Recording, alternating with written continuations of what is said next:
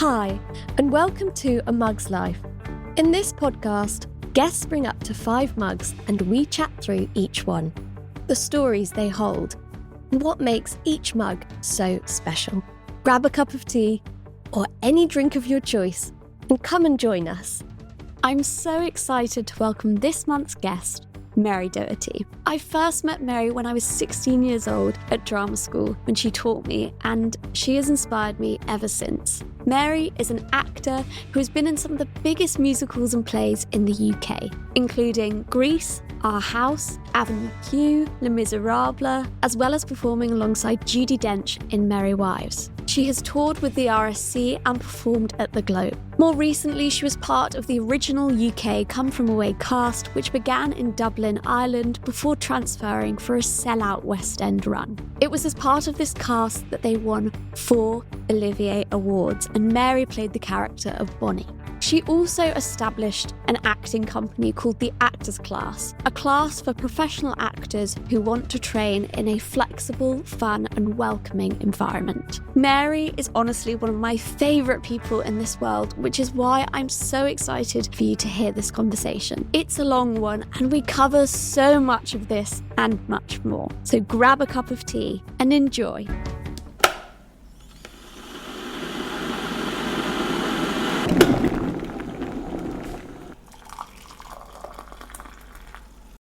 It is such a delight to have you.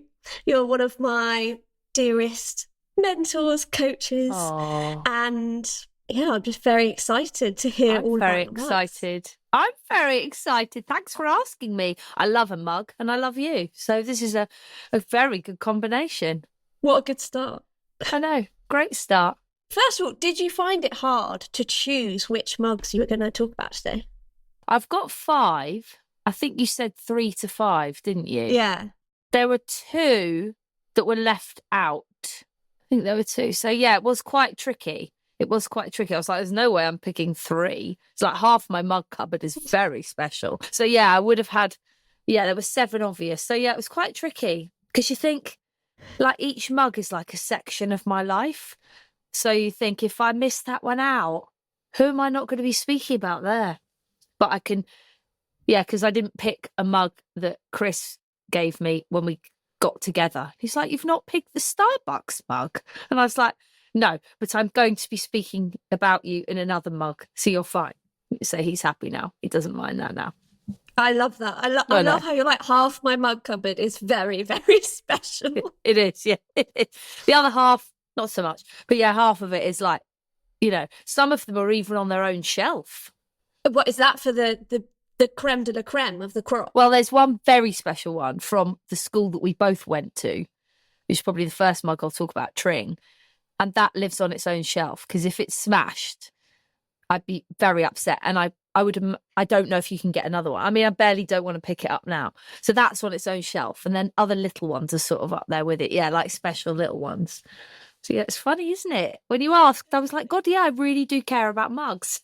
I was like, yeah, they are very important to me. Well, in that vein, no, not in that vein, in that way, what am I saying? That vein and way. In that vein and way, should we start with your first mug? Let's do it. This is a white mug with the number 50 on it because I'm not 50, not yet. But this says 50th anniversary. So it is the Arts Educational School Tring Park 50th anniversary. And this is the mug that lives on its own shelf. So I got this mug a long time ago. Well, quite a long time ago. And it basically signifies my schooling years. So you went to the same school as me. That's where we met. So I first taught you at the Arts Educational School in Tring. And I went there when I was 11. And it was a boarding school. I loved it. And I stayed from first form. I was there till I was 18. And it was so astronomical for me, not only for my career, but for my development as a human being, to be honest. And some of my best friends from school are still my best friends today. In fact, I'm about to go away with 2 of them who I used to share a dorm with to the Cotswolds in about a month for like a couple of nights away. We can't wait. We did it last year, just after Easter. We're doing it again this year. It's funny because there used to be an educational sort of promo video during my final days at Tring that came out. And, you know, the students used to curtsy. Did you have that? Probably not. No, right. So I went in 91, it's a long time ago, and I left in 98, and the students would have to curtsy to any guest. So on this promo video, you've got all these students curtsying, and you've got like a voiceover saying, it's a very special place. So obviously we used to take the mick all the time saying, oh, it's a very special place. But actually, I'm going to say it is a very special place. And it's the most special place to me because I was so young when I went. I was so homesick, and I'd had a really sort of sheltered life up to that point. So I'm kind of amazed that my parents let me go to boarding school, because I was definitely a mummy's girl, I was definitely a home girl. But because I knew from a really early age I wanted to act and sing, and it was musicals at that point that I was crazy on. And my brother's an actor, so I'd kind of grown up watching him do it. And I knew really from the age of 5, really, I was just talking about acting and singing and dancing. And then, of course, as many young creatives, you start doing after school classes and after school clubs, and you end up just having your schedule like completely rammed full of all this after school stuff. And we couldn't find a school near us other than Tring that was still quite a way away, that sort of was vocationally really strong and that would give me kind of a chance at developing, whether this was a hobby or a career, or I don't think anyone knows at age 11, but it was definitely a passion. And I'm just so grateful to my parents for like supporting that, really. So yeah, so I went at 11. I used to like run up and down the corridor screaming because I was so homesick. Oh no. I know. I spent the first 3 months crying, I would say, really crying. I was really, really little 11-year-old. And I remember like wetting my bed, and I remember the matron putting my sheets in the washing machine. I remember just thinking like, what is this? Having to wash my own hair. And I was just like terrified for the first 3 months. And then I think my dad would have pulled me out of school, but my mum said, no, I just think it's the right place for her. I think she's going to love it. Let's just wait. And then the headmistress made me a weekly boarder. So I was able to go home every weekend. Because other than that, I think I was going home every kind of 3 weeks. So that really helped, knowing I could go home at the weekends. And then gradually, I remember there was like a swimming competition. And I said to my mum, oh, I think I'm going to stay this weekend for this swimming thing. My mum was like, what? I said, yeah, I'm all right. I think I can stay. I think I can do it. I'll see you next weekend. Okay, bye. And they were like, oh, she's good. And then pretty much from there, it's just like my favourite place on earth. And I've taught there since. I've been back to judge the Drama Cup. And I remember like the cups being like such a big deal, aren't they? They're just like, I still have dreams about the cups giving me, anxiety and A-levels, and because you're growing up there, as much as it's the most phenomenal vocational training in the country, I think at that age, you grow up there. It's a very impressionable time. Most of my childhood was there. So I think, yeah, I had to, that mug was the first one I picked. So I was like, I've got to speak about Tring. That's got to be like the most favourite mug, the most special one. Yeah. Yeah. Well, it has its own shelf. It has its own, has its own shelf. I should put it in a glass cabinet. Yeah, it does. So when you were at Tring, did you do musical theatre in sixth form, or did you do acting? I did musical theatre, yeah. Yeah, we had a course when I was 13 called the TA course, Theatre Arts. We had that. And then I think you could go on to musical theatre from fifth form, can't remember. But yeah, I was musical theatre then all the way up. Yeah, I wasn't acting. The straight acting stuff definitely I got more into when I was in the sixth form. But I was definitely pushing musical theatre. And then when I went to drama school, I went to Guildford straight after Tring. I went to GSA, Guildford School of Acting, and I did musical theatre there as well, which sort of amazes me because if I did it now, I would want a straight acting course. But I think then at 18, it was very much to begin with about musicals and trying to get into them and get my career going in that way. Yeah. Mm. And I am in my Mary research. Oh, hello. Obviously I know you very well. Yes. But anybody should do prep before they chat to somebody, because I was like learning so much. Were you? What on earth is online? Dear God. Terrifying. Depends how many Google pages you can. Okay. Anyway, I found a nice blog or article that you had spoken in. Oh. And you said, let's see if you recall, that when you played Velma in Chicago at Tring. At Tring, yes. That was the moment when I realised I just might be able to do this. Yeah, I think that's true. Yeah, that is true. It was definitely that. That was upper sixth. We did Chicago. I remember auditioning because we had to audition for it, of course. I remember wanting Roxy because as far as I think it was on Broadway at the time. I think it was coming to London sort of after that. So I hadn't seen it. And as far as when you look it up, when you research it, Roxy sort of seemed to be the most exciting part. So I wanted that. So I remember auditioning for that. And my amazing teacher, who is probably my favourite teacher of all time, Mr. Cantor, Martin Cantor, lovely Martin Cantor. He said, no, we're thinking of you for Velma. I was like, what? What's that one?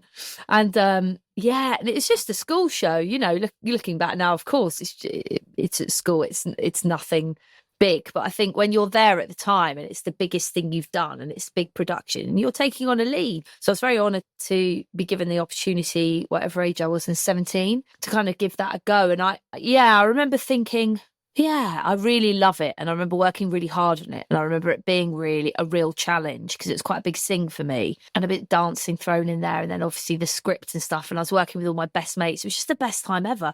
But I remember thinking, oh, I think I'm taking it quite seriously now. And I think I've improved through that experience. I think, yeah, I reckon instead of it being sort of a school thing or a passion or a pipe dream, I definitely want to do this now. And I remember saying to my parents, that's it now. I'm in. This is it. I need to go to drama school. They were like, oh, right. Okay. So then, of course, the drama school auditions, I think, probably happened fairly swiftly after that. And I think my parents, from what they've told me, I think from that moment, they were like, okay, so you're seeing someone at 17, it's very different than coming to a school show when you're 11 or 12 or 13. So you're seeing someone who's at an age where they could handle drama school. And they knew from my brother what a cutthroat, hard industry it was. So obviously they wanted me to do it because it was my passion. But I think as another thing, seeing someone doing it and thinking you could cope with this and you've got a shot of getting into drama school, so let's go for it. But they were always very supportive. They just wanted me to be happy. But they must have thought, oh, not another one. I mean, they must have thought that. 2 actors in the family, they must have thought you have to be joking. Thank God my sister doesn't do it. I mean, she's in the arts, but she's not an actor. Because you have done musicals, which I'm sure we'll talk about in more detail. I'm not sure. We'll see where the mugs lead. Yeah. You've also done a number of plays. Yeah. And you've done TV shows and you've recently done ads as well. The list, when I was looking, it's crazy. You've been in Les Miserables, Avenue Q, Our House, Grease, 12th Night. You've been in Merry Wives. I was actually going to ask about Merry Wives. Oh. At the RSC. Yes. Because that's a cast with Judi Dench, who's on the Dream podcast list, as we know. Hello. Oh, thanks very much. Me and Judi Dench. I'll take that. In those early years, 2007, 8, what were your real standout moments or highlights in that time in your career? Definitely. It was a big transition there, actually, around that time, because I was doing Avenue Q. That's also when I started dating, and sort of sorted myself out. So at the age of 27 in 2007, got with Chris. So romantically, it got really good and lovely, and sort of knew that was that, really. And that felt really right. So I got really happy personally, which I think is probably the most important thing first, isn't it? And was in this really funny show, Avenue Q, with Chris. It was the 3rd job we did together, and we finally got together on the 3rd job. The gods aligned and said hello. So romantically, health-wise, life-wise, I'd bought a flat when I was in Les Mis in 2005. I lived in Wimbledon, the cheaper side, not the posh side, Wimbledon Chase. No offence to anyone that lives in Wimbledon Chase. It's very nice now, but that's where I lived. So everything was sort of going good. And I was in Avenue Q and it was so fun. It was so fun. We just laughed our way through the year, working with absolute stalwarts, absolute geniuses, and just a really lovely crew. And I had a really good time on it. So I think I was playing a nice part. I was understudying as well, but had a nice part every night. So sometimes when you're an understudy, it's hard because you're kind of you might be in the ensemble and then when you go on, it's amazing. And when you go back to your normal track, you're like, oh, I really like going on for my cover. But I think when you've got a nice part, a feature part, it was just great. I learned a lot of the puppeteering stuff and I just had a ball. So that time in my life was very special. And then that was the moment when I left there and I said to my agent, I really want to do a play and I think I can do it. And I'd like to kind of transition to that for a bit. And I remember her saying to me, oh, I believe in you, you can do it, but that's quite tough because obviously you've got a lot of musicals behind you. Oh, that's also been your training. And I'd done musicals from whatever that was, 2001, 2, 3, 4, 5, 6, 7 years. And I said, yeah, I think if I don't do it now, I'm not going to do it. So I spent a year out of work. So I didn't go up for any musicals. And then at the end of that year, I'm trying to think what the first, I think it was the old Vic, I did Inherit the Wind and I was understudying in that. It was around that time that I spent a lot of time out of work and it was tough. I've had lots of years where I haven't worked actually, like a year and then loads of work and then a year and then bits. And it's the toughest time because you do lose your confidence. And that's the tricky thing with being out of work. You don't lose your talent, but you lose your confidence. And I think confidence is 80% of it, just the trusting that you can do it and being match fit and being in something. So yeah, that time from sort of Avenue Q into doing plays and the Globe was hugely transformative. That was where really all the plays sort of started. I was at the Globe for about 4 years, did Henry VIII and All's Well That Ends Well. I did Anne Boleyn a number of times. And then I did the biggest part I've ever done, which is Queen Margaret in the Henry VI trilogy for the Globe. And it was on tour and we did it at the Globe as well. It was a big time. It was a time where I really had to stick to it. I had to stick to my guns, because I thought if I just need to mix up that CV a bit. I need to do a play and mix it up. And then I can go back to musicals once I've kind of got a couple of plays under my belt. So it was a bit of a risk, but luckily it just about paid off in the end. Yeah. Shakespeare to a lot of people is daunting, and even I think as an actor. So how was that going into that? Did you find it difficult, or were you just ready? You were like, I'm so excited for. I think it was both. The most hilarious. Sorry, you literally asked me about that. The most hilarious one was I was doing another show with Chris. This was a while before, called Two Cities at the Salisbury Playhouse, and my choreographer, a guy called Andy, I was like tapping. I love tap. Quite a strong tapper. I'm not a great dancer, but I'm all right at tap. And I was mucking about at the back of the rehearsal room, like not even to anyone, for anyone. You know how you do with your feet, mucking around, a little shuffle, just mucking around, having a silly thing. I like a giggle and just mucking about. And he said, oh, can I have a word? And he took me in the other room, literally in the kitchen. And he said, can you tap? I said, what? And he said, can you tap? And I said, yeah. Because I'd almost not even thought I was tapping at the... He was like, I've just seen you like mucking around for a few days, sort of. And I said, oh, how funny. Yeah, I tapped at school. I haven't tapped in a long time. And don't think I tapped since Tring. So I said, yeah, but I love it though. I love it, yeah. And he said, oh, we're looking for, I'm doing this show at the moment. We're looking for someone who can sing and can tap and can basically play a small role. And then understudy. I was like, oh my God, sounds brilliant. And he said, are you free after this gig? Have you got anything else? I was like, no, nothing else. And he said, oh, do you want to come and audition for it? I said, yeah, great. What is it? And he said, oh, it's Merry Wives with the RSC. I was like, what? And he said, yeah, it's got Judi Dench in it and Simon Callow. But Simon Callow wasn't actually meant to be in it at that point. It was actually a guy called Desmond Barrett. Simon Callow came on later. So he said, Judi Dench. I was like, you joke? Is this a joke? And he said, no. I said, right, okay. So I had to go and audition for it and I had to tap dance, which is hilarious. I was on the phone to my friend going, you've got to choreograph a tap routine for me. I remember being on the streets at like Wimbledon doing this like tap and she was like on video. She was saying, do this. I was like, do what? I literally can't hear your feet. It was so funny. I did some awful tap thing, but to them, probably they were like, oh, it's all right. And I sang and I did a little Shakespeare speech. So I loved Shakespeare. I always have done. And I probably got the bug for it in drama school, not a Tring so much. I liked it doing English A-level. I found it interesting. So I've always been probably not too scared of Shakespeare, but just a kind of passion for it. And I love the characters. I like the strength of a lot of the female characters. And I did a lot of sonnets at drama school and really liked them. So yeah, I was really up for the challenge and I went for the audition. And that's one of the only auditions where they offered it to me in the room at the end of the audition. And I did have that, when can you start? And I just burst into tears. I was like, oh my God. So it was a real moment. It was a real beautiful moment. And Judi Dench is exactly what you're going to hope I'm going to say. She's so lovely.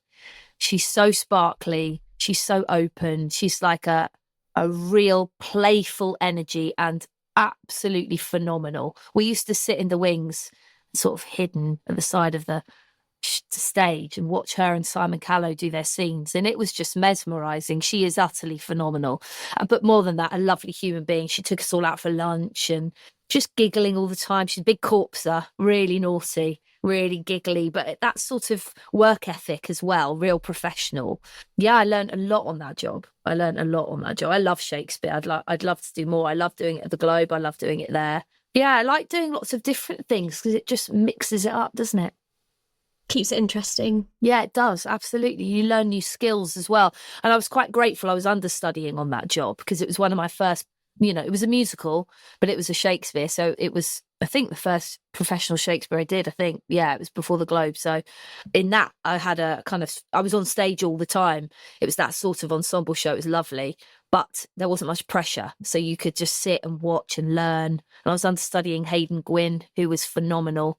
She was an amazing performer. So I learned a lot sort of watching and taking my time and studying. And also at the RSC, at the time they gave you loads of workshops. Like we did Shakespeare workshops, we worked on the iambic pentameter, we had a Meisner workshop. That's when my love of Meisner was born. So it was a very transformative period of my life, actually. Yeah.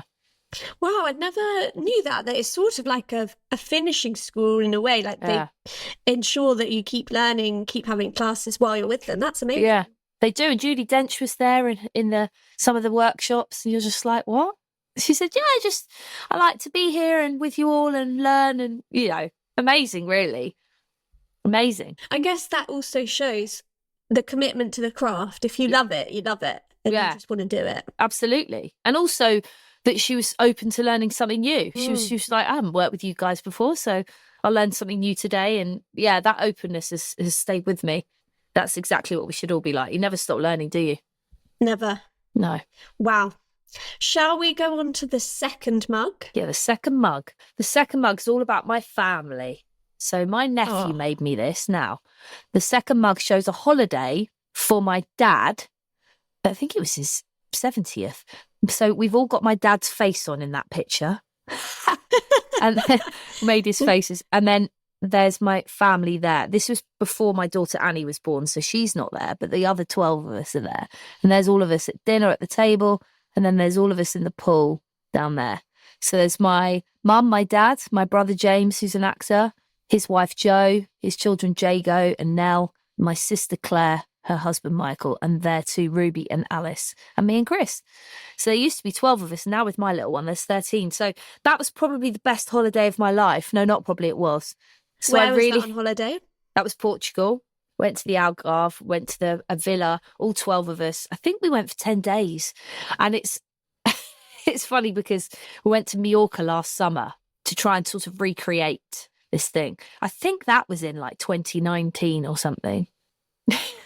And we went to Mallorca last year and everybody got a gastro flu. It was absolutely terrible. It like ripped through the villa. So we didn't quite have this one last year. So I can't show you the Mallorca mug because I don't have one because most people are in bed being ill. But this holiday was just so amazing. I love my family. We're very close. I live 20 minutes from my parents. I'm really close to my siblings, my brother and my sister. I love my nephews and my nieces. And I'm very lucky to just be in that family. And we're all really big characters, but very different. I adore my parents. They're just like, they're angels, really. They're just absolutely amazing. Chris loves them. They welcomed Chris into the fold from the minute we were together. So it was just such a brilliant holiday. You know, when you go away with your family, and obviously families are complicated, aren't they, right? So you obviously have the odd thing, of course. Yeah, someone annoys you or someone doesn't do the washing up or whatever. But in the main, you just sort of, especially I think as you all get older, and I'm the youngest, and my brother and sister are a lot older than me. So my parents are older than most of my friends' parents. So as everyone's getting older around us, I think you just realise how special these moments are, because I think we all get together once or twice a year. I see everyone quite a lot, but not the 12, 13 of us now. It's probably once or twice a year, kind of Christmas and Easter. And it's just very special being together. Makes you realise what it's all about, doesn't it? The older I get, it's all about family. And I love being all together. Some of my favourite times of my whole life are when you get those lovely memories of everyone jumping in the pool and laughing. And my little niece, Nell, I'm trying to think how old she was on that, maybe 5 or 6. She learnt to swim on that holiday. I remember helping her in the pool. And now, of course, when we go away, we've got Annie, who's nearly 3. So now it's like a different ball game because we have the toddler. But on that holiday, it was just Chris and I getting up late. Brilliant. It was just, looking after the nieces and the nephews. So, yeah, I had to pick that mug because I love them so much. Have you got plans for the next, well, hopefully not, was it Mallorca? Hopefully It the next was Portugal Mallorca. again. Yeah, Mallorca Gate, I Great. think it should be called. Jeez. Yeah, we haven't got plans. I'd like to all go to Camber Sands. Chris and I go to Camber Sands once a year. I wish I had a mug for that. It's a very special place for us. We got engaged there. We go there every year for about 17 years or however long we've been together. So I'm 45 in May. So I'd quite like to go as a family for a few days there. But it's not a big holiday, but just like a weekend thing. We definitely need to be together where people don't have a gastro bug. Oh, no. I know. There isn't any plans in place yet, but I think we need to remedy it so that my mum Yeah. gets that lovely family time with everyone. I don't know why it sprung to my mind while you're talking games nights or holiday games. Does it get competitive? You said there's a lot of big characters. I are a lot want of an big insight into the There are. family, Yeah. or even what you're choosing to do. Is it games? What's your choice of activity? Yeah, games. It's quite a game. Yeah, I used to hate games as a child because my sister's 10 years older than me and my brother's 13 years older than me. So I always used to feel really stupid, which I wasn't. But when you're little and you don't know anything, I always used to feel like I didn't have a clue what was going on. But now, and Chris and I play games all the time. We absolutely love them. So he's made me love them, really. But we like a game. So we'll play that one where, a name's on your head and you have to ask questions and everyone. Or we'll play a really cute game called Apples for Apples, which the kids absolutely love. It's like association thing. Yeah, we play loads of games. No, it's not is it? Maybe it is a bit. I don't think it is. It's very funny. It can be quite competitive. But my dad, bless him, is like, what? So he'll miss the odd things. You have to kind of say it. And my mum's just hilarious. My mum plays her own game. And then me and my brother are really fast. And my sister's going, can everyone be quiet? So it's quite loud and quite fun. It's different now having a little toddler in the other room because we're like, shh, don't wake her up. But yeah, we like a game, and we like having a nice drink, nice, lovely bit of food. We love chatting. Because we're not all together a lot. I like the different pockets of people. I like sitting with my brother and chatting with my sister, or my niece's nephew, have a different chat with them because one of them's 21. She's on Australia right now. So she's like a proper adult. I just love it. Or we like jumping in the pool at midnight and being just ridiculous people. We like a pool party. We always have a night of that. It's a good barbecue. Chris will make the cocktails. Couldn't have that in Mallorca Gate. No one. Everyone was too ill. Everyone was too ill. Yeah. Do you know what? In case people thought it was getting too luxurious and idyllic with your family in Portugal. Yeah, no. I love that you've grounded it back I've grounded down to us. earth. Yeah. I've kept it real. It's not luxurious. No. Not when everyone's being sick out the back. No of the toilet. barbecue. No. Party. No, don't talk about prawns. Yeah, no, none of that. I'll always keep it real. Also, I was thinking, because of Annie, well, you just get this for another 10, 15 years. So your family can it's nice. You still have this age span that means you can keep doing all the fun things that you've done before. Yeah, because we're older parents. So we were trying to have a baby, as you know, for about 5 years. And then we did IVF. Did IVF 3 times. Yeah, so that was a long journey for us. So that's why, we started late. What's late mean? But we started, well into our 30s anyway. And then it didn't work. So we had to keep going. Well, we decided to keep going. We were able to, which was amazing with my parents' help, luckily. And then, so we're older parents, which is kind of exhausting in a way. But in another way, it keeps you young. You're right. I'm nearly 45 and I've got a near 3-year-old. So it's really fun. I think it does keep you young. And my mum and dad had me when they were older. And they've said, you keep us young with all you used to come home with all these gadgets, or you wanted a pot watch, as they used to be called, or when you got your phone, or you're going to parties. And, I think you do keep your parents young. I think that's lovely. I really like it. And I've got lots of NCT mum friends, and they're not my age. They're probably 10 years younger, but it doesn't feel any different. Also, I think creatives are quite vibey, quite young-spirited anyway. So, yeah, it's exactly that. We'll still be going on holiday with little people. I think that's really sweet, really fun. And you see the world through their eyes, don't you? It's quite magical. Yeah, exactly. Yeah. Well, many more Portugals to come, I'm sure. Many more, I hope. Yeah. Let's put Mallorca aside. Yes. Let's put Mallorca Gate aside. Too right. Shall we go into your third mug? Let's do it. Let's do it. This is my third mug. It's a Superman mug. Ooh. Covered in cartoons of Superman. You hold that up to the camera. I don't even know what it talks about, really. Something about Lois getting the goods. There he is. Look at him. So I'm absolutely obsessed with Superman. I always have been. Are you? Yeah, obsessed. New Mary information. Yeah. I'm obsessed with Superman. I'm also obsessed with Roger Federer. So I was very sad when he retired, but I don't have a Federer mug. But I thought I'd give him an honourable mention. I should have. I love that you've put Superman and Federer, just to make sure Federer have not missed you out. Yeah, just in case he listens. When Roger does listen, when Rog listens, he'll be like, cheers. Yeah. Superman, I love Superman. Yeah, sorry, back to Superman. Get back to Superman. Come on, don't skip over Superman. Don't you dare. So when I was younger, my brother had a friend called Mark Skingley who looked the spit of Christopher Reeve. So I thought he was Superman. So I went up to my brother and said, is he Superman? He said, yeah. Yeah, he is, yeah. How old were you? I reckon I'm about 6 at this point, I think. 6 or 7. And when I say I believed he was Superman, he was Superman for years. He looked just like Christopher Reeve, who was so beautiful. So I had this necklace that was used to kind of a plastic, awful thing, but obviously when you're a kid, you absolutely love it. Popped out like a jewel. Mark Skingley was round with my brother and they were getting ready to go out. And I went into my brother's bedroom and I said, Mark, I want to ask you to marry me. Sit down. And he said, right. And I gave him this jewel. And I said, will you marry me? And he said, yeah.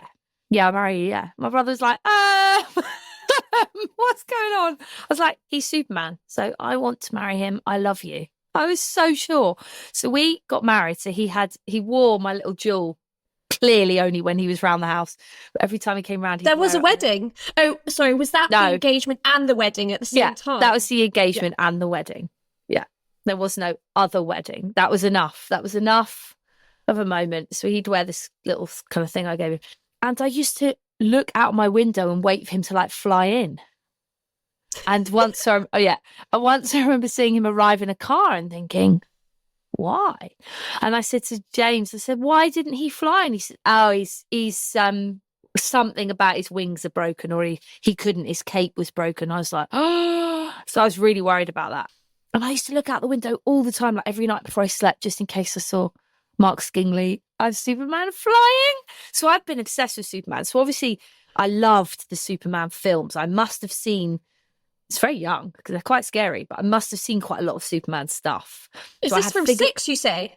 Yeah, exactly. Yeah. God knows what my parents let me watch. So I had like a Superman figurine and I had poster. I had stickers on my folders all the way through my life. I've loved Superman. I've got a pop art Superman picture in my toilet.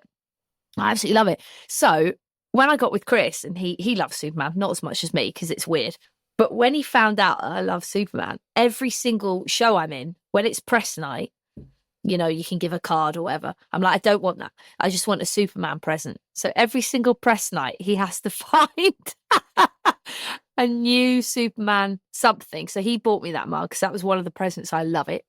And then often I'll get like a Superman key ring. I love it. Or I've had a Superman onesie. Really like that. I've had a Superman key ring. Yeah, onesie, jumper, hat, socks, everything. I haven't worked for a bit, right? I'm not doing theatre at the moment because I've got Annie. So I haven't had a press night in that way for quite a long time. Chris is like, thank God, because when I was working quite a bit, it was like, I don't know what other blooming presents to get here. And when you're at the Globe, you do things in rep. So you do like a play, couple of plays. He's like, oh no, I can't find 2 things. They're like Superman pads and, oh, I love it. I just love Superman. I can't really tell you why. I find him quite inspiring. I don't know. I just really like it.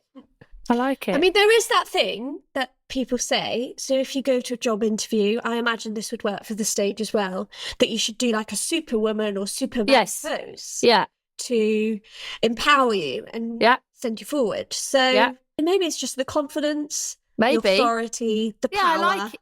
Yeah, the power, I literally did that superwoman stance. I listened to a woman called Gabby Bernstein, not sure how to pronounce it. Great American woman who does lots of manifestation courses. I love to manifest. I like positive thinking. And I was teaching the other day. I run a company called the Actors Class, and I was teaching. I've had this terrible back injury. So I got to work and I was like, oh my God, this is going to be tough. So I've got all my painkillers and trying to have a healthy juice and all that, and I was just feeling knackered. And I like to teach when I feel really sparky, because then that, makes the room feel like that. So I was thinking I need something here, and I thought, oh yeah, she's got like a superhero 3-minute sort of SOS if you're in trouble thing. So I listened to it, and I literally wasn't standing like with my arm out like that, but I was standing hands on my hips and my head up like, yeah. So I was thinking, yeah, I do feel like Superman. I do feel like a superhero.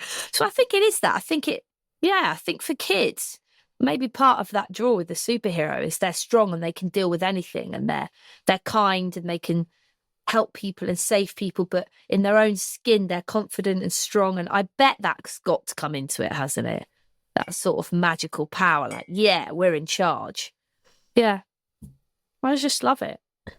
I don't know what I'm so You're gobsmacked by amazed. This. I'm gobsmacked. Yeah. But in the best possible way someone could be gobsmacked by the unadulterated love of Superman. Yeah, I could talk about it quite a long time. I think also that it just runs so deep. I think really deep. Probably once you laid eyes on your brother's friend. Mark Skingley. Yeah, you got to know his name. Mark. Sorry, Mark Skinley. Is it Skingley or Skinley? Skingley.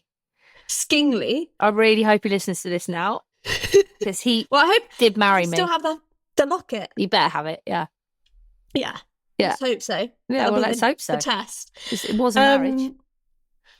I think once that reached itself, you were never letting it go. No, that's it. Once you've met Superman, you can't let it go. He was Mark Skingley. Yeah. And it's probably, honestly, taken you forward in your heart with Superman. I know. Yeah, I know. Whenever I see like a Superman print, I'm like, probably going to have to get that. Chris was like, where would it go? I'm like, anywhere. Doesn't matter where. Just needs to be any more Superman. I am quite nerdy, actually, the more I talk about these things. But when I like something, like Federer, like I've got a Federer zip-up, Federer cap. I've got when I was doing a show in Chester, it was my birthday, and my mate Richard Lowndes bought me, I think it's like a 6-foot cardboard cutout of Federer. And I walked into my dressing room and he was just there. Federer was there. I mean, it literally looked like he was there. I've got a video of me like going mental. When I love something, I do get very obsessed with it. I'm quite an obsessive person. So Superman is in for life. Is there more space in the downstairs toilet? Well, actually, we're having our bathroom done because it looks an absolute state, and that picture's got really faded. So I'm like, a new one. Come on, let's get a new one. And I like pop art. The colours look really cool. Yeah. So yeah, I'm on the hunt. I just go full vinyl, Mary. Full vinyl in the bathroom. Vinyl, yeah, very cool. Okay. Just full Superman all the way around the walls. Okay. I'm sure you can get a little Superman like toilet brush thing. Surely that exists. That must exist. Also, Annie said the other day, "Ooh, Batman." I was like, no. No. She's like, "What, Mummy?" I was like, "Superman." She's like, I thought, we can't have this. So I'm working on it. Yeah. Got to introduce her. Yeah, too right. 3 years before the marriage proposal, someone that looks... she needs to get on it. Yeah, exactly right. Oh, well, that was... just delightful. And not what I thought we'd be discussing.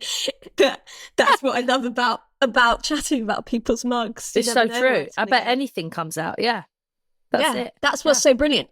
If we just did a normal interview where we chatted about your career, Superman probably wouldn't come up, would it? Exactly. It wouldn't. Along with Roger Federer. Any other nerdy interests? I mean, I love rubbish telly. When I say rubbish, I mean brilliant. I am a bit of a fan of Married at First Sight. I love it. particularly the Australian one, because they're just crazy. I love crap telly. People are quite surprised by that. I quite like a Love Island, although that's got a bit darker. But Maths is great. I love The Traitors. I'm obsessed with. So I'm quite nerdy about programs like that. I like fluff. I like fluff on the telly just because, you know, when you're working hard and you're tired. Also, I like amazing dramas, but sometimes you're like, just put Love is Blind on Maths and then you can just sort of float on the surface of it. And then I get really cross at the people and shout at the telly and then I float on the surface again. And so it's quite nice with your G&T to the side, shouting at the telly, and then go to bed. Nice. Sounds good. The way you describe things, it's the best thing ever. I like that. Float on the surface. Float on the surface. Get angry. I actually need to catch up. I haven't started Maths Australia. What? But last year I was in Australia at the time it came out. Oh, wow. And I was like, this is amazing. I'm watching it live. Oh, wow. Brilliant. And did you? Yeah, I loved it. I absolutely loved it. It is really addictive. It's very good. I mean, Terrible. But it's terrible. Chris hates it. He's like, how many episodes? I'm like, I reckon there's like 69. He's like, I can't. We're like 3 in. He's like, just watch it on your own. I'm like, okay, no problem. But now that we have less time to sort of watch telly, I'm like, no, I'm watching it this evening. You're in. It's going to be, come on, got to do 4 back to back. He's like, oh my God. Yeah, I love it. you mentioned there that you started a company called the Yes. Actors Class Yeah, in 2012. correct. What was that like? And how did you decide to do that? That came from many things, really. I was teaching a lot. I wasn't acting much at that point in that moment. And I was teaching at Razzmatazz and Stagecoach, which I didn't really enjoy. I don't really love teaching little people. I'm like, the script, the words, your choices. And they're like 5. They're like, can't read. They're cute. But I was just thinking, I'm frustrated because I'm not acting enough. And I like teaching, but I don't know if this is quite right. So I set up my own youth theatre in Wimbledon. They were a little bit older, kind of teenagers, but still wasn't earning enough. And was thinking, I was doing a lot of promo work as well. And I was thinking, when I'm not acting, I need something I love now. Like, this has got to change. And I want my own thing. If I get an acting job, I need to be able to cancel it, reschedule it, postpone it. I need it to be flexible. I need to earn well. Like, come on. So I remember going to Tring, back to the first cup of how instrumental this place has been to me. Steady there, picking it up like that. I know, steady. Steady. Put it back on its shelf in its glass cabinet. Nobody touch it. Literally, Chris touched it earlier. He was like, oh, I was like, put it down. Yeah. So I was teaching there. And as you well know, the standard there is fantastic. Very, very, very good. And there's lots of people that don't get into drama school because there's lots of people across the country that don't get into drama school because lots of amazing actors don't get in or can't afford to go. And there was, I think, a big gap in the market financially, but also more importantly, for actors who have nowhere to go, who kind of in a stopgap of a year off before uni or even a year out before drama school, or they haven't got into drama school but want to do it. So I remember saying to a group of people that a lovely student, a lady called Sophie de Sauer, was she there when you were there? Yeah. So I said to Soph, I wonder if some of you, or if I set something up in London, would you come? If it was like a weekly class, maybe like, I literally just said it. I think I was in the canteen with her. I said, what do you think? She said, yeah, I'd love that. Let's see how many people I could pick up interest from. So I must have swapped emails or something. I can't really remember at that point. And then sort of it didn't happen then. And then they left. They graduated. And I remember her messaging me. I can't remember on what, probably text or email. Oh, I didn't get into drama school. You doing anything? And I was like, yeah, come on, why not? So it was very relaxed. And I remember being outside Tesco's, which was right next to my flat was a Tesco's and a 24-hour M&S. No good. Spent so much money in M&S that I didn't have. Anyway, I was still outside of Tesco speaking to my mum on the phone. And I was like, I might set this thing up. I might call it. Literally remember looking up at the sky and being like, I might call it the Actors Class. She was like, that's a good name, darling. I was like, yeah. Might make it a 10-week course, maybe like 2.5 hours a week or something. Might need like 14 people. It was very strange. And obviously I like a manifest and I like a kind of, when it's right, things flow. When things are right, you don't tend to get many obstacles in your way. It just feels right. And I've never known anything that just flowed.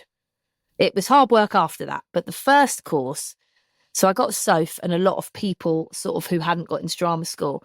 I got maybe 8 people. Then I advertised on Casting Call Pro, which is now Mandy. So I advertised there and got the rest of the people, made it up to 14. It was quite a good amount of money, I think, affordable, but it made me a little bit of money. I kept teaching at Stasmacaz, that's just not its name, Stagecoach and Razzmatazz, so I could afford my mortgage and bills and all that, because it wasn't earning me enough to just live off it yet. And we did this just absolutely. They're my originals and they're very close to my heart because they trusted in something no one knew about. I didn't even know about it. And really, I just picked their brains, the ones I knew before the course. I was like, what do you need? What should we do? And they were like, well, let's do some audition technique. And I said, yeah, we should probably do acting through song in case you're ever asked to sing, even if most of them were straight actors. We should probably do monologues. We should probably do duologues, probably do some Meisner in there. We should probably do some Michael Chekhov, which I'd worked on for most of my career and it worked for me. So like, okay, let me kind of formulate into 10 different themed sessions. And the classes are 3 hours now, but I reckon they were 2.5 when I started or something. And we just had the most amazing time. It was an amazing group of people, very open, very playful. We worked at the Courtyard Theatre in Old Street. And then we sat in the bar at the end of the course and they gave me a card. And it's the first time anyone had written it down and gave it to me. I'd written the actors class down, but it's the first time I'd seen it from someone else. And they gave me a card saying, thanks, it's been great. Love the actors class team. I remember thinking, that's really lovely. I remember like having tears in my eyes and being like, oh, this could be a real thing. I feel really proud of this. I'd like to run this. Like I've really loved it. And it was over 18-year-olds. So everyone was taking it really seriously. I just felt really, really good. And they all said, could we do something else? So I was like, Jesus, I don't know if I've got anything else to teach you, to be fair. Yeah, okay, give me a couple of months. And why don't we say that was the foundation course? And now we're going to do the intermediate course. And they were like, okay. And then I sort of put a curriculum together of another 10 weeks. And most of them came back. I think a couple of people couldn't. So we got a couple of new people in. And then they went up to the advanced course. And then I think while they were on the advanced, I thought, I might start another different group of 14 on the foundation. Once I had 2 courses running, I could kind of afford to just do actors class. So that took a while. I think that was probably now 2013. Then that's when it changed. That's when it became, I was either acting or I was doing actors class. There was no more promo. There was no more working in a cinema or selling Toyotas or all this crazy stuff that all actors do, just grafting and hustling. And it's a lot of work, the actors class. And it is now, and it was then. It was a lot of learning, a lot of graft to get the students on board, because at that point it didn't have much of a name. Obviously no one knew who it was. So yeah, I worked really hard on it. And those lovely originals then did a showcase in London, and then they left and became part of the alumni. And so those 14 people structured the whole thing with me, really. So they kept saying when they came back what they needed. And it's just really fascinating. Some of them still acting. Someone went to RADA, some, lots of people doing very well. Some of them one of them's a midwife. I don't mind what they're doing, mate. As long as they're happy and they found something that they love. And I think the courses, I hope, inspire people. And I wanted to bring the joy back. I wanted it to be a really joyful room where, and you've done it with me. I wanted it to be a room where it's not always about getting a job at the end of it. Because I just think when actors leave university or they leave somewhere like Tring or you trying to get into drama school, you leave drama school, there's not really anywhere for a long period of time that you can be in a community. You can exercise your muscles, you can get match fit, you can wake up the joy, and you can remember why on earth you did this in the first place. Because if you're only doing it to try and get a job and you're not getting a job or you're not getting in the room enough, it's just so disheartening, I think. So you need to be in a place where you can play, push boundaries. And I liked it that so if in a 10-week course, I teach 7 of the classes and then you get 3 guest tutors, basically. So I liked it that I had my eye on these people for a long time. So a lot of students stay for the full 30 weeks, foundation, intermediate, advanced, like you did, right? You did the full 30, didn't you? Absolutely. Yeah. And then you get someone who knows you, because I know you. I mean, I knew you anyway from Tring, but I can cast you. I can look at your headshots. I can look at your show reel. It's important, I think, to get that person. You have someone in your life to keep an eye on your work who understands you. And now it's amazing. It's been running for, whatever that is. They've 13 years. Jesus Christ. We need a party. We had a party for the 5-year anniversary. We need a big one for this 10 year that's passed now. But it's an amazing thing. There's been a lot of actors that have passed through our door. I'm very proud of it. I love it. It's a lot of work, but I love it, you know, as much as I love acting, which is saying something. And when I'm not acting, I'm very proud to run it, and it fills my cup because it's creative. I'm teaching what I love. So yeah, I'm really feel very lucky that it's still going, really, and that people still come. You are incredible. It goes without bless you. saying.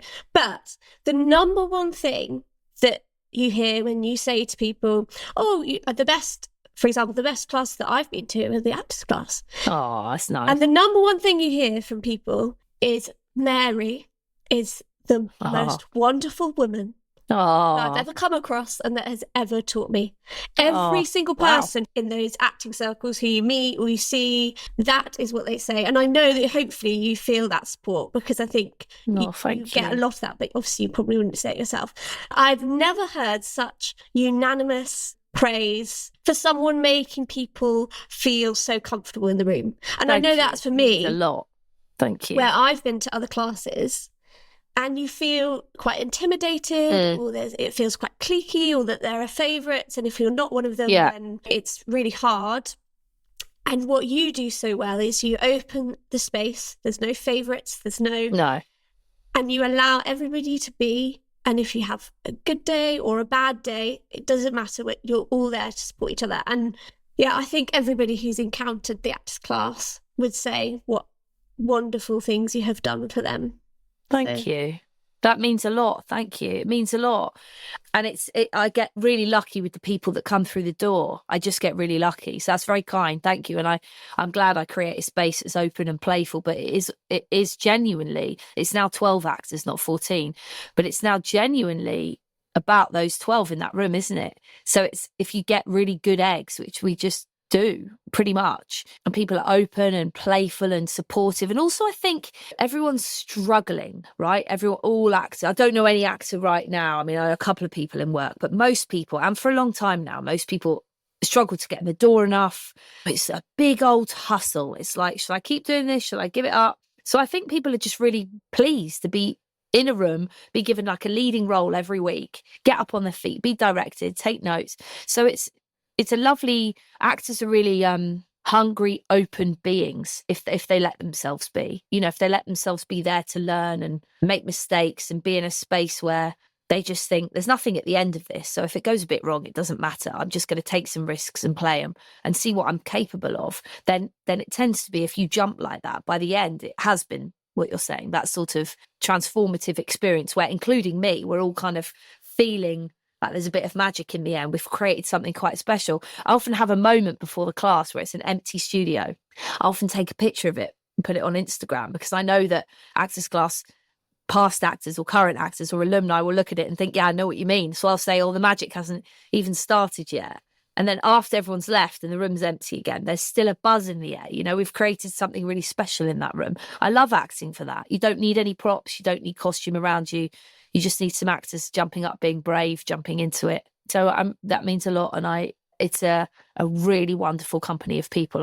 I feel very happy I set it up. I say thank you to my 2012 self a lot. I'm like, thanks for just like not, because it was a bloody big decision, that. And I sort of didn't feel that. I just thought, oh, well, let's just set it up, which is quite unlike me, actually. I'm often aware and a bit scared by the big changes, but that one just was like, yeah, why not? Because I just thought, if it doesn't work.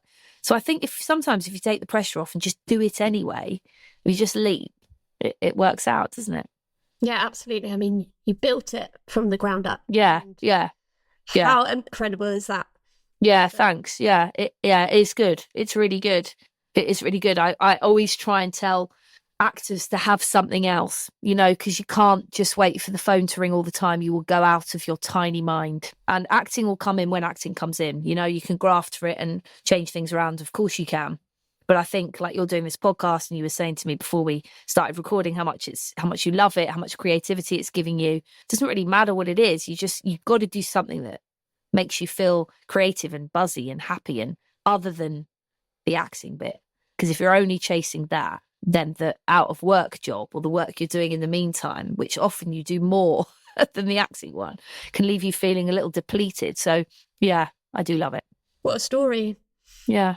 Shall we go on to the Yeah, my number God, we've got 4? mugs. Let's do it. Got 2 more mugs. 2 more mugs. This one is Come From Away. I was waiting. This is why I haven't asked about Come From Away. There we Because go. I was It's thinking, got a whole mug. mug. So this is a big one for me. So it's a big show. So I haven't put lots of career stuff in, but it was between this and the Globe mug. But I've gone for this because we've already talked about the Globe and I thought that had come up. So that's good. So it's already got its honourable mention, but this deserves a mug. This is a Come From Away mug. It was a musical on in the West End. It started off in Broadway. And for those who didn't see it, it's a musical about all the planes in the sky at the time of 9/11, the ones that were in a certain area, were grounded to a place called Gander in Newfoundland. And these amazing people in this very small community opened their doors to stranded passengers, thousands and thousands and thousands of passengers, let them use their houses and their showers and put them up in a huge kind of warehouse, in a wherever it might be, in a kids' school, in people's houses, in a barn. And just, I think they were there for kind of, if a producer hears this, they'll kill me because I've forgotten the facts, but I think they were there for kind of 5 days or so. Some of them not being able to get hold of their loved ones in a truly traumatic time. And you might think how utterly bizarre to do a musical about 9/11, but it's not about 9/11. There's a couple of moments, well, of course it is, but it's about the impact of afterwards, and it's about a community helping people in a time of desperate tragedy. So it's about the people of Gander, and they're all real people. So I played a character called Bonnie, who basically saved all the animals off the plane. I mean, it's true. It's insane. So she broke into the plane, pretty much, and there was chimpanzees there. There was a pregnant chimpanzee. So she rescued dogs, a cat, loads of animals, like 19 animals or so, off the holdings of the plane because the planes were grounded. No one was allowed to get off because they had to check who was on the plane, etc. She was like, these animals can't be left. They need their medications. They're dying. They're dying on the plane. I have to get them off. She was a vet and works in an animal shelter in Gander. So she's called Bonnie Harris. I was working in Chester at the time, and this is quite funny because I'd been up for the audition, had a great time, had quite a crazy audition. They looked at me like I was a bit mad, and I thought that's either gone really well or they think I'm a complete mentalist because I'm quite quirky with the dialogue. I went quite a kind of weird, heightened way. And I just really enjoyed it. And then I got a recall and thought, okay, good. So I had a number of rounds, I think maybe like 4 auditions. I can't really remember now. So I came back from Chester to do the final audition. And huge panel, because just loads of people in there. It felt like about 20 people. It probably wasn't, but it felt like that. I think it was a lot. The producers were at the back and the director was there and choreographer and the MD and all that. So I sang, and I didn't have a big solo in the show. So I sang my own song and sang some music from the show. I didn't have like a big singing number. It wasn't that type of show. Only one character in the show had a kind of big old song, but I had lots of scripts. So I did the script, and then I remember finishing it and thinking, oh, I'm quite bothered about that. I really want that. I'd really like that. But all we knew is it was going to Dublin. We didn't know it was going to the West End. So we were told it would be kind of, I think it was like 9 weeks in Dublin. So that's what I thought I was going up for, and with a possible West End transfer. But whenever they say that, you think, that's not going to happen. And if it's not on the table, you kind of try and forget that bit. Do they say that quite a lot then? Yeah. They float, yeah. Yes, they float that quite a lot. And I'm sure it's true. I'm sure they're hoping. But a lot of the time it doesn't, get picked up, or there isn't a theatre, or there isn't the money in it. So I was just thinking it's Dublin, really. And then it was 9 weeks until I heard. So I knew a couple of people that were up for it. My lovely mate, Jenna Boyd, who I did Les Mis with. I'd seen her at the final. So a couple of other people. So me and Jenna were texting, have you heard anything? Because I thought Jenna's going to get this. So if Jenna's heard, we all know offers have gone out. She was like, no, I haven't heard a thing. So I think they were trying to get a theatre and clearly trying to get the West End deal in place while sort of keeping us all on hold. So it was a really long time. So I'd sort of not forgotten about it, obviously, but 9 weeks is a long time. You have to kind of park it. So I was a bit obsessed with it to begin with. And I thought, I've got to move on now. Got to think that's not happening. And I was lucky enough to be working at the time. So I was doing a couple of lovely shows. And then I got this call from my agent. And she was like, you got Come From Away. I was like, I got what? She said, you got Come From Away. And I got, what did I get in it? Because you think probably a cover, or she said, you got Bonnie. I was like, what? I got that. And she says, yeah. And I was in a corridor, kept going in and out of signal, obviously, whenever you need your phone. I said, oh my God, that's brilliant. When's it go to Dublin? She says, well, it does go to Dublin. Yeah, it goes to Dublin. She gave me the dates over Christmas, which was quite fun. And they said, then it goes to the West End for a year. I was like, it what? And I remember just being, normally I'm very professional on the phone to my agent, or you try to be. Or often in the past, I'll go, I've got to go. Or you call your mum and cry, or you call Chris. And this time I just couldn't believe it. I just kept questioning her because I didn't think it was real. And it's got to be my favourite job. I mean, there's a number of them that are my top jobs. Queen Margaret of the Globe is the best part I've ever done. Then there's like Rizzo, which I just loved. And then Avenue Q, because I had such a laugh. And then the Chester, I did a couple of jobs, the Crucible and Little Night Music with an amazing group of people. So that's up there. I think Come From Away as a package, because some of those jobs were away and you don't want to be away from home really. So Come From Away, I was in London. I was doing IVF through it, which was really traumatic. But I also then got pregnant on it, which was utterly magical. Then I did the first year and I thought, I love this so much, I'm going to stay for a second year. I was lucky enough to be offered a second contract. Then my brother got a part in it.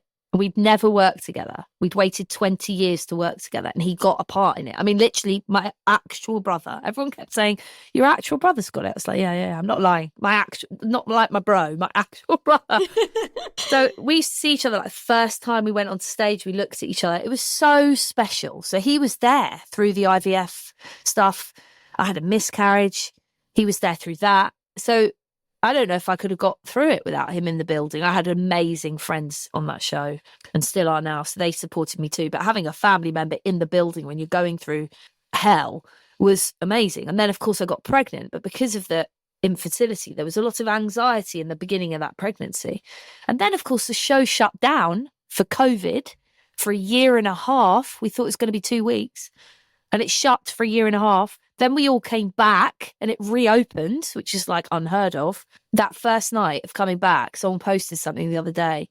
That was one of the most amazing moments in the theatre I've ever had in my life, because we did the first number, Welcome to the Rock, and you jump and the audience just went crazy. I mean, for minutes, it went on and it went on. And the roar, because they were pleased we're back and a lot of family members were in and they were there to support us. And we were so pleased to be back and working and telling this story, and just felt so blooming lucky. What a horrendous time everyone went through, and in work and being lucky and doing what you love. And so I was in it for a long time because of the year and a half break. I think I was in it. I was with that show in some way for 4 years. So I started in 2018 and I left because I was pregnant. I left just before my contract finished in 2022. So that's got to be picked because it's the longest job I've ever done. I've never stayed with a show more than a year. I've always left. But that one, everything was sort of, every box was ticked. It was an amazing part. I really believed in the story we were telling. I'm a huge fan of the show. I felt like I was working with a really beautiful bunch of people. I had the best time. I went through the hardest time in my life, but whilst being in a very supported environment, and then got pregnant. So yeah, it's a big one. It's very close to my heart. I can understand why. Yeah. So all of those things, it's like more than most people probably go through in like a lifetime. It's all happening. It was epic. Yeah. And you're on stage basically all the time in that show. Everybody is on stage. It's very much an ensemble. Yeah. What's that like? Not really. It was wonderful. It was wonderful because most things you're in, and I've been there, there's a spear carrier at the back, isn't there? You know, there's actors who are frustrated because they're not doing anything in it. I was in a show where I basically pushed pots once, you know. I was understudying. It was a big old job, but I didn't do anything in it. And I was just so frustrated. So you often get a member of the cast who their talents aren't being used. And that's hard for them. And I've been there and I've seen others there. And so this is different because I literally can't remember how many of us were in it now, but 12 people on stage. So everyone's a lead, basically. Everyone's a principal. And then you've got the standbys who are amazing. So I suppose there could be frustration there because they really wanted to get on. But the great thing is they covered like 3 to 5 people each. So they were on a lot and they were phenomenal. So every time they go on, it's not like you're just understudying an ensemble track. You're a standby, almost an alternate, to be honest with you, because they were on so much. So they'd go on for leads all the time. And they were probably the most talented people there because they could play these 3 to 5 different people. I mean, it's phenomenal. They had all these tracks in their head. They're just, amazing. It being an ensemble show, which often things say they are, and they're not quite. But this one really was. You're putting each other's coats on, you're putting each other's hats on, you put a prop there for someone else. So if you don't do it, you let everybody down.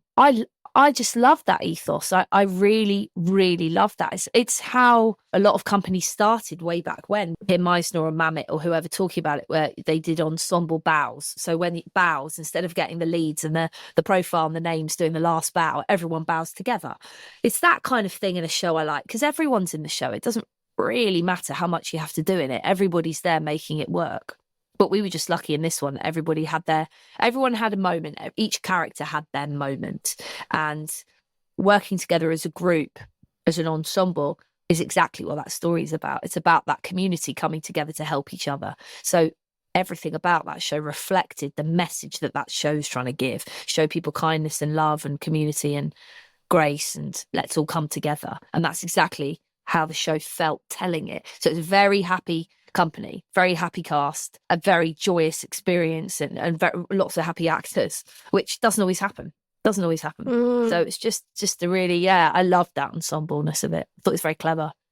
How special, and sounds phenomenal. I mean, also, so it won 4 Olivier Awards. Was that the year it came to the West End? And did you perform at the Olivier Awards as well? We did, yeah. We performed the night like? it was amazing. The night we were nominated for Best New Musical. And that's the biggie, and it won amazing Olivier Awards. But when we were performing earlier in the evening, the Best New Musical's the last award of the night. So you get all dressed up and you walk the red carpet, which is just so lovely. And we have 3 people in the show who were nominated for Olivier Awards: Clive Carter, Rob Hands, Rachel Tucker. So we're so proud of them. So they were kind of doing their own kind of red carpet. We were like, the rest of it. You're just so excited for them. There's no competitiveness. You're just absolutely over the moon. The whole show had been nominated and they'd been nominated. It was just an amazing night. And you walk this red carpet and you have a big picture together, which is, I really love that picture. The whole cast and the band who have played a huge part of it. And then you go in, and I think we watched a bit of the show to begin with, and then you go back and get ready, and anyone that's up for Best New Musical performs. So we got on our costumes and performed. We were doing the opening number, in which I have my little speech. Oh, I was absolutely terrified. I think it was the Royal Albert Hall, wasn't it? So I was just like, oh my God, my heart's going absolutely crazy. It was just a wonderful experience. And then you get changed again in your glad rags and you go and watch the rest of the show. And also you're seeing loads of people you know in other shows. It's like it's a really buzzy, excited atmosphere. We weren't sure we were going to get the Best New Musical. You never know, because all the musicals that were nominated were phenomenal. So we're up in the gods and we're listening to, it was Gloria Estefan, who'd come to see our show kind of a week before. And she was reading out. We were all kind of holding hands thinking, oh, please, this would be amazing. And she opened it, she said, the Best New Musical goes to, and she said something like, oh, I saw it last week. So obviously that we went, we lost it because we knew we'd won. And everyone else was like, what?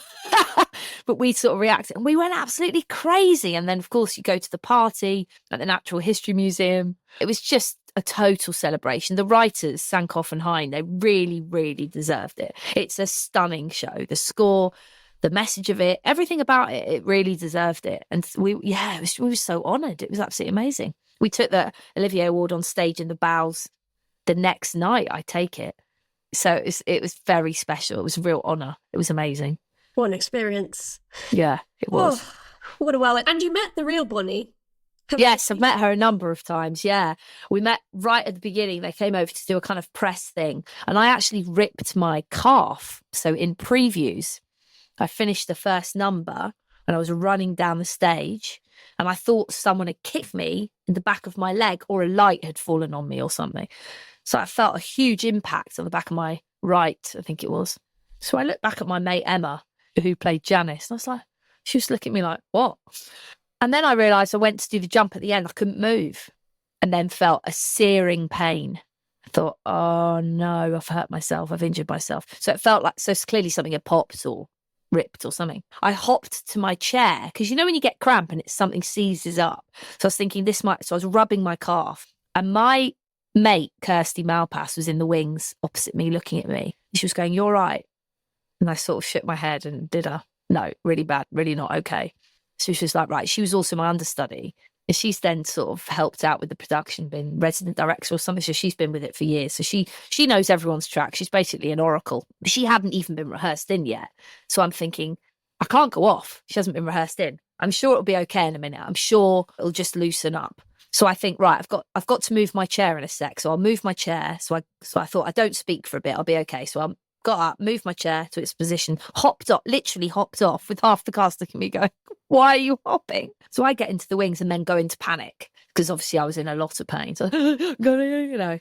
And so they make a decision very, very quickly. But I don't stop the show because it's impossible to stop because the revolve's going and all sorts of things are happening. So Kirsty gets my hoodie on. I get my mic taken off me. So I'm like, oh, right, I'm off then. Right, okay. And then the pain is just astronomical. And one of the MDs, Hugh, basically helped me to a dressing room and got my leg up, put an ice pack on it and got me straight to A&E. And I'd got a grade 2 tear in my calf. And press night was in 10 days. So I missed all of previews. I missed basically the rest of it for 10 days. And I said to the physio, I'm not missing this opening night. I'd been out of work for a bit before this. I'd really worked really hard to get this and it felt so special. And I was like, I just don't want to miss the opening. I just want to be part of that company. It will break my heart. Obviously, there's bigger things going on, right? But at the time, I was like, I really need to get this leg better. And I worked with this amazing physio in Wimbledon who's like, if you need to do every single thing I'm about to tell you. I was like, okay. So I was up every hour at night. I'm talking to 4 a.m. I didn't have many steps in my flat. I was like a first floor flat. I had to go outside onto the little stairs, put my heels over the edge of the stair, icing, heat, walks. Anyway, so I got walking in like 2 days. So I met Bonnie Harris limping at this press thing that we did before press night. And they were like, do you think you can get to it? I was like, yeah, oh my God, yeah, I'm there. So I met this amazing woman and she's so gorgeous. She's so gently spoken and all the real people have absolutely no arrogance or they have no idea what the hell's happened here. It's all around the world, this show now, all around the world telling their story. They're like, we just made some sandwiches. I'm like, you did a little bit more than that. You changed people's lives. But Bonnie and I, it was just gorgeous. And she was like, oh, your poor leg. In her lovely accent. So that's when I met Bonnie and then amazingly just did loads of rehab like an absolute crazy person and got back for press night. I had to do the whole show so that they could see I could do it. I like walked it through and I had my legs strapped up and I was doing press night. And Chris was in the audience literally watching through his fingers. It's such a stampy show. It's not very dancey, but it's really stampy. And every time I moved, he was like, oh my God. So luckily I got through it. I was all right. But yeah, I met Bonnie a number of times. So they were great, the producers. They flew the people it's based on, Bonnie, etc. They flew them out quite a lot. So anytime we had a big anniversary night or 100 performances, 500 performances, second year press night, whatever it was, closing night, they'd fly them over and we'd all go out for drinks with them and have a lovely time and catch up on their news on how things are in Gander. And it's just, yeah, it was just a really amazing time. Oh, lovely. Yeah. But also more injuries for you, Mary. More injuries. I know. Careful, I am quite injury prone. careful. Yeah, I know. Yeah, it's not good. It's not good. Final mug. We're on Final mug. Final mug. My Well, what a favourite. thrilling ride it's been so far. Ready for the final one. Ready. Mummy. Oh, Yeah. That's got to be lovely. my most favourite mug where it says mummy. And because of the infertility battles, I really never thought I would be called that or have a mug saying that. And it was Mother's Day a couple of days ago now. And I've got a video of her saying, Happy Mother's Day, Mummy. And I'm on the video like, oh God, yeah, I love you, Mummy. And she's just such a joy. She's such a joy. Her first name's Annie and that's my husband Chris's grandma. And her middle name's Barbara because that's my mum and Chris's late mum. So the names were kind of easy, really. And then we've gone Doherty Thatcher, both of us with the surnames. But she is just a total joy. And because I've come to it quite late, but I love that. I really love that. I was ready when I was ready. And I don't love the struggles that we went through. And I'm sorry to anyone who listens to this who's going through IVF or infertility or secondary infertility, because I know it can be very triggering hearing that someone's story has ended in a baby. And if anyone is listening to that that's been through it, I wish you all the very best. But and I'm thinking of you because it's tough. It's really tough. But even just that mug, that word mummy just means the world to me. I'm very close to my mum and I've always wanted to be a mum, but I've never I never used to talk about it much because you just think it's going to happen. You just think it's going to be easy, really. You don't for a second think that it would take that long or you'd have real trouble. And it was fascinating the other day because I was looking on my laptop for something to do with a mortgage or something boring. And I found this folder of fertility stuff, which I haven't looked at for a good 3 years, probably a little bit more. And it was all the stuff. It was just like costings or stuff we've learned about ICSI or the different types of egg and this and the different types of tests you can have, and then PGTA testing where they test the embryo, and all these like phrases that I knew so well, all the stuff that I've learned over that period of time that I've now kind of parked, but that was so full in my life, all the blood tests, all the operations. I was just like, Jesus Christ, don't know how I got anything else done. But kind of thank God for come from away at that time, really, because it was, you know, when you're going through something like that, you need something else, whatever it is. You need something joyous that's fun. And I actually remember when the show reopened, we had a short rehearsal period after COVID. We all knew it, but it had been a long time since we'd done it. So I kind of, I think probably a couple of weeks or something. And at the beginning of that rehearsal period, I had an embryo that it was meant to be put back into me.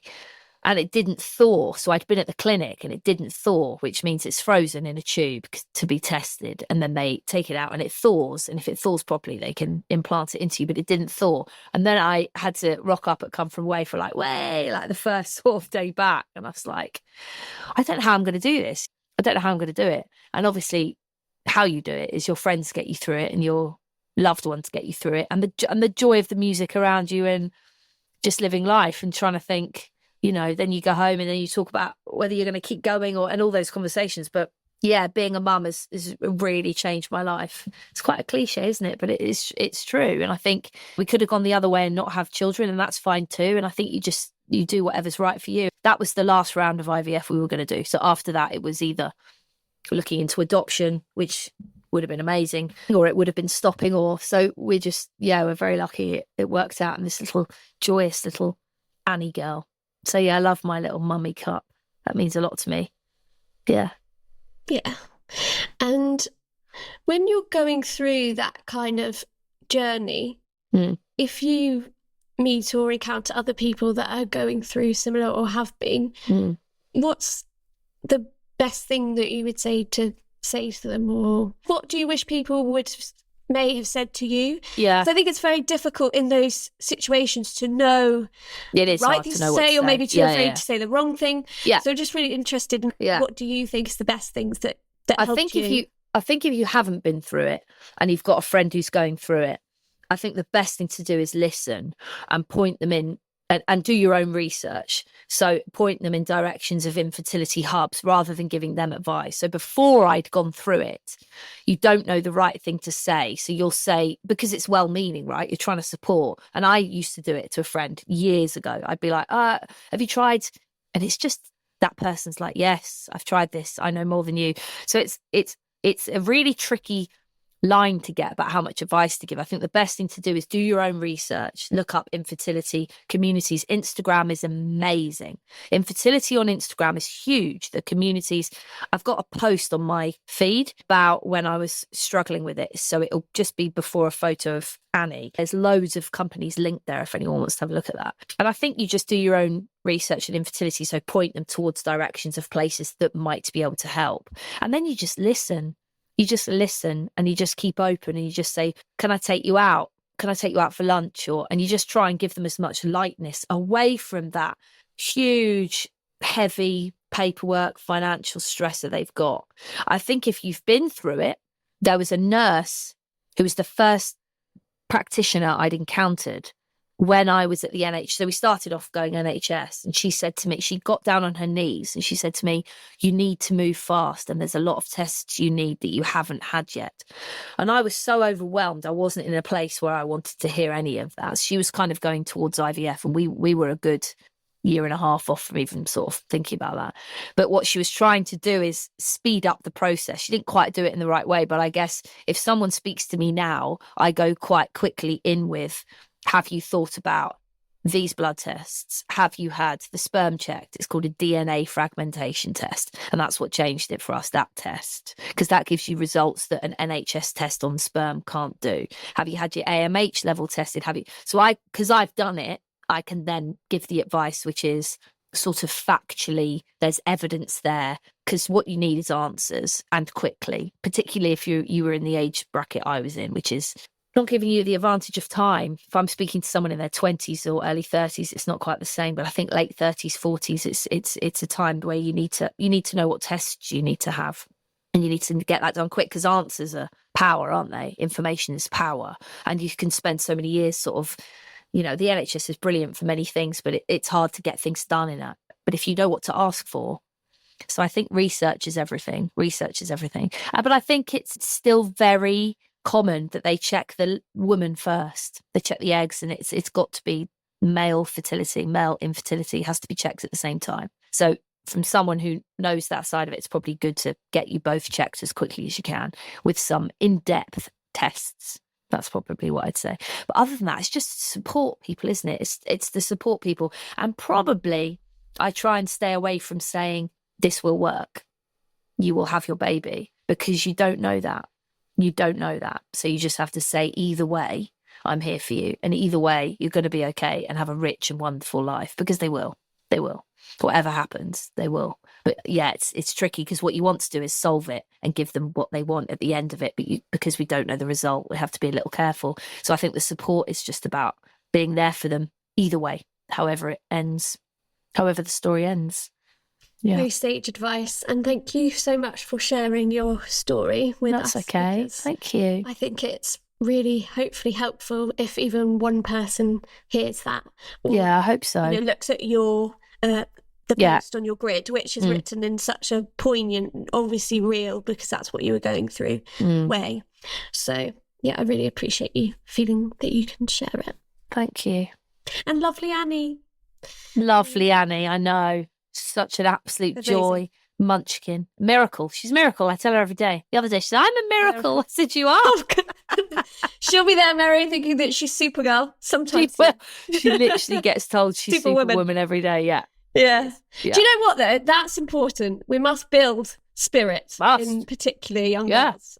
Confidence. Also, I really want to get a sign saying made in Chelsea, because she was a frozen embryo in a straw, in a literal straw. That's how they keep them, in a straw, in Chelsea. So I have to get a sign saying made in Chelsea, because that's just hilarious. I love it. That's so, wow. Yeah. What a ride we've been on. I know. Do you see? This is what I love about it. I love it. I love you my do own this. Thing. Yeah. You cover so much ground. I love having these conversations. It's so cool, and you're so cool. Finally, though, we've got one of my favourite new things that I've introduced, which is my quick 5 favourites round. Go on. So I've got many questions. What's your favourite tea? Do you have a favourite tea? I do. It's a peppermint tea. I don't drink caffeine, so it's peppermint tea. Lovely. What would be your dream pairings? Would you have a biscuit or a chocolate with a hot drink? With a hot drink? Probably, like a chocolate biscuit. No, if I'm honest, it'd be a piece of dark chocolate dunked into the tea, dunked into the peppermint tea. The peppermint tea? That is so it gets all melty and pepperminty. It has to be non-peppermint chocolate, not mint chocolate, just normal non-mint chocolate. A normal kind of dark chocolate, like 70% or whatever, and the normal one is from Tesco. And dunk it in the peppermint tea. I tell you, I might have that now in a minute. Well, good. Okay. Do you have a favourite film? Yes, it's called Ordinary People. Don't know if you can see it on my wall. No, you can't. It's called Ordinary People. It's with Donald Sutherland and Timothy Hutton. Timothy Hutton and Mary Tyler Moore. And it's a proper actors film. That's my favourite film of all time. Robert Redford directed it. It won lots of Oscars in 1980-ish, I think. Wow. It's quite an old film. We'll have to check it out. Favourite TV show, or could be recent TV show, because I understand it's, or you can have a couple, whatever you fancy. I tell you, I love Shrinking. That's my favourite at the moment. Shrinking. It's a comedy, American comedy. Harrison Ford is in it. It's absolutely brilliant. It's from the writers of Ted Lasso. It's so good. It's literally perfect. I've watched it twice, which I've never done. So I'm going to have to say that one. I've also recently watched Shrinking, and I watched Hacks. You should watch Hacks if you haven't seen Hacks. Okay, very nice. Okay. I think you'd like it. But Shrinking, completely agree. Completely agree. Amazing. Heartfelt, wonderful, warming show. Yeah. Do you have a favourite podcast? Oh, I like, obviously yours, and I like... That's what everyone says. And I like Mel Robbins at the moment. I really like her. Yeah. I like her book, Let Them. I sort of found the found the prospect of it annoying. So I thought, right, I'm going to read that out of interest. And I really enjoyed the book. I took quite a lot away from that. I really liked it. And then her podcast is great. I'm listening to lots of stuff on perimenopause and hormones at the moment. I'm really interested in strength training and the female body. And yeah, I really like her podcast. She'd be my favourite right now. Holiday destination. Where I've been or where I want to go? Could be either. Where I've been has to be Maldives, because I went there for my honeymoon and it is as blissful as you can possibly imagine. What you've seen on the photos, yeah, that's it. It's bliss. It's heaven. Where I want to go, I'd love to go to Thailand. I think it looks beautiful. I'm really fascinated by the culture, by the place. I'd love to go to Thailand. And favourite play? Favourite play is probably Bull, Bull, by Mike Bartlett. I think it's sort of a perfect play. I also saw it, which I think helps. It's fast-paced, it's front foot, it's quite aggressive, it's a status play. There was no interval, it was like relentless, just this kind of thing I like. Yeah, he's my favourite writer, so I'm going to go with that. Favourite musical? West Side Story. It's my favourite musical. Best musical of all time. This is a new one I've thought of specifically for you and my future guests. If you were on a desert island, who would you be taking with you? It could be people in your life, and it could also be famous, dead or alive people, whatever you wish. How many can I have? Let's say 6. Wow. Okay, so it's Chris and Annie, so that's 2. Roger Federer, because then he could teach me to play tennis and I could just look at him. And then Superman, because he'd fix everything. Of course he's there. Obviously he's there. He can't not be there. And my mum and dad. My brother and sister are dust, apparently. and my friends. No one else is there. That's good. Yeah. I'm glad. I was inspired to do this because I saw Kate Hudson answer this question on her TikTok. And I thought, what a brilliant question. Great question. Yeah. Final, very niche question. I hope you have an answer for this. Okay. What is your favourite Roger Federer tennis match? Oh, it's got to be the Wimbledon one. And I don't know what year it was. Is it 08, the classic? No, he didn't win that one. No. Oh, of course, because it was Nadal. We shan't speak of that. Sorry. Yeah, well, it might be the year after. It might be 9. He jumps higher than he's ever jumped before. And now I can't remember who he's playing. I want to say Roddick, but maybe it's Nadal again. Or maybe it's Murray. Oh, this isn't going well. I should know these facts. It's the one where maybe. Was it before the Olympics? Because Murray lost and then he won the Olympics. Yes, I think and you're got right. His revenge in 2012. I think you're right. He beat Murray. He obviously dressed in white. He jumped. I've got like a photo of him on my phone jumping higher than anyone should jump. That's my favourite. But I've also seen him live a number of times. I've seen him at the O2 a couple of times. And we saw him in New York. I saw him at the US Open final. He lost to Djokovic, who I can't stand. So it was amazing to watch him play. So that was one of my favourites, but the M, not so good. It's that Wimbledon one. Let's go for that. Cool. Yeah. Well, that is all I have for you to say. Thank you for the wild ride of mugs. It has always chatting to you, Mary, a true joy and delight, as you would say. And you, true joy and delight, which you are. And you're such a little sunshine.